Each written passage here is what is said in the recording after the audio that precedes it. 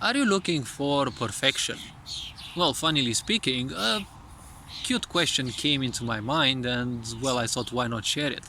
See, when you look for something in this world, if it is physical, it is quite easy, more or less, to look for it. You can document on it, you can see how it looks, and sooner or later you might actually see it. It may take years, it may take some time, but you can actually see it. Now, the problem comes when you have to look for something which is, let's say, more awkward. Like when it comes to all sorts of internal struggles, internal ideas, or, metaphysical terms. English is quite a poor language, right? If you look, for example, at the Indians, they seem to have a very, at least one word like for every possible process. It's like they have a name, they have something for like every cell in your body or something like that. I mean, if we look at them, they're the religion, or wait, they have around 800 religious cults or the such, each worshipped and taken care of with their own temples. And I heard that in total they have over 3 million gods and goddesses. It's like, okay, well, that's a bit far-fetched, I can say, but well, it's their religion, it's their beliefs. I'm not here to counter any of those, but see, they do have a lot of words for all of these. English is kind of poor when it comes to internal affairs, let's say, right? Um, but at least it's very rich when it comes to, vulgar language. I mean, most languages are kind of like that, if you ask me.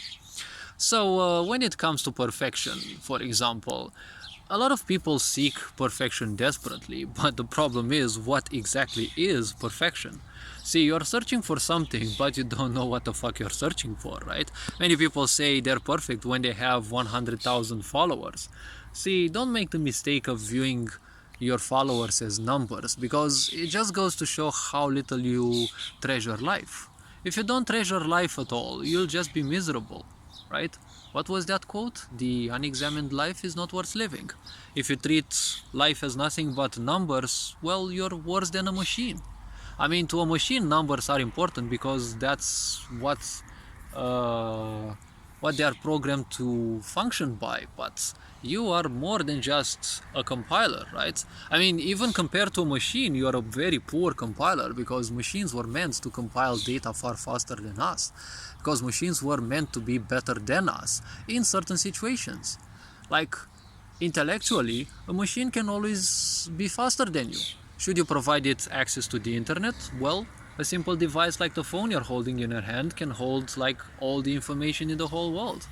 Imagine back in the times, like libraries, right? They were huge, they're humongous buildings housing the books of ancient knowledge and the such. Now you can house all that information in a stupid, like memory stick, right? Which is what, a few inches big, or 2 or 3 inches big, a few centimeters big.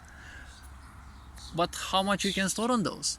So next time you meet people who actually can listen to you, and exclude narcissistic people because they typically can't listen to you, next time you meet the such, think about this one cute question and try to discuss with those people, especially if they have narcissistic traits.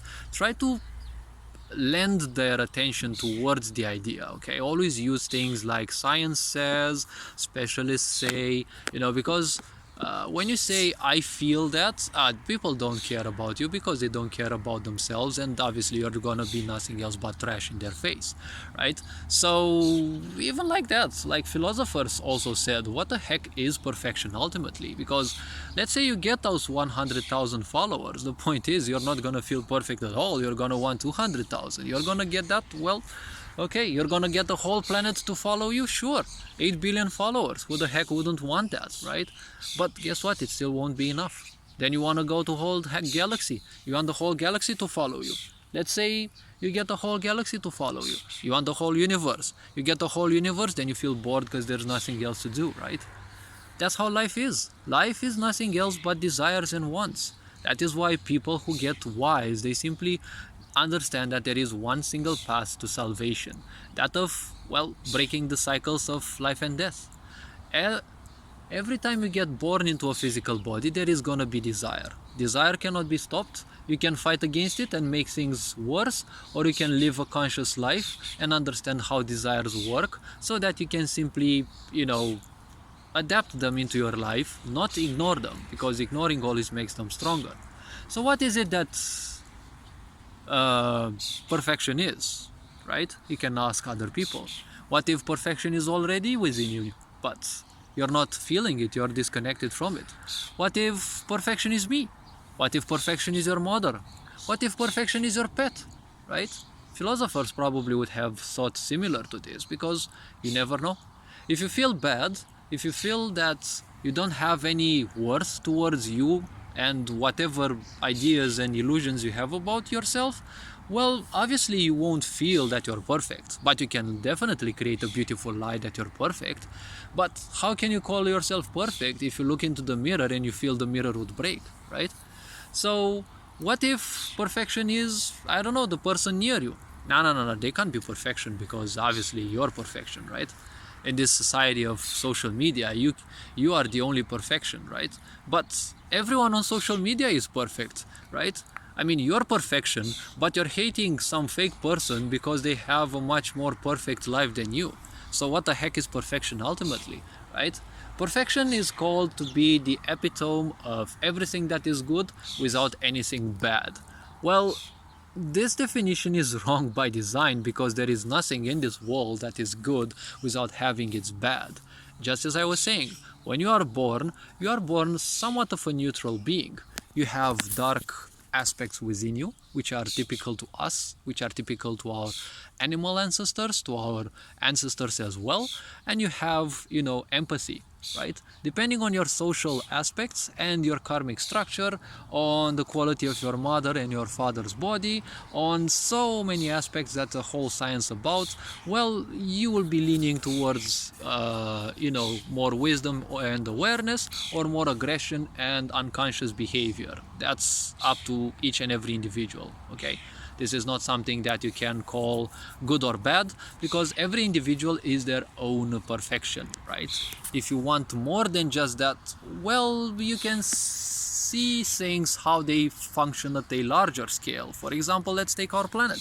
Well, our planet has been having this shape for like at least 2 billion years. You can imagine 2 billion years as being quite a lot of time, and having the same exact shape for this much. Well, most likely the planet has achieved a certain level of perfection. Perfection is, as of what I would personally define, perfection is the, let's say, utmost combination of everything that is good with everything that is, let's say, negative in a way. Because the perfect human is a human who is knowledgeable of all their dark sides and all their impulses and craves, fetishes and all the such, but at the same time is also knowledgeable of all their awareness. You have to understand, in this situation, this sick society wants you to be a pussy, wants you to be afraid so that you can be easily ruled. There will be situations in which you have to actually put your arms on a weapon and, well, break some skulls. Hopefully not like realistically. But when it comes to problems and some difficult people, you have to step in and be somewhat, let's say, wisely aggressive. In some situations, you can only be fully aggressive. Because if someone steps into your, let's say, safe zone, that is a declaration of war. That is how nature functions like, right? If you look at animals, for example, if you get too close to them, they will either run or they will simply try to intimidate you, right? Because that's how things go. Every animal, even you, have what is called a safe space. We are taught to have much smaller safe spaces because we are not taught to have boundary. But the point is, anyone who crosses your safe space, well, that's unfortunately a declaration of war, not an accident, okay? And narcissists know that you don't know this. That's why they exploit it. So, these being said, right, hopefully this video raised a bit of awareness. And these being said, take care, enjoy life, and, well, feel free to present your opinions in the comment section below. Feel free to view any other content on this channel. Well, share this video, maybe some other people may need it. Take care, enjoy life, and this being said, Ferenc Board signing out.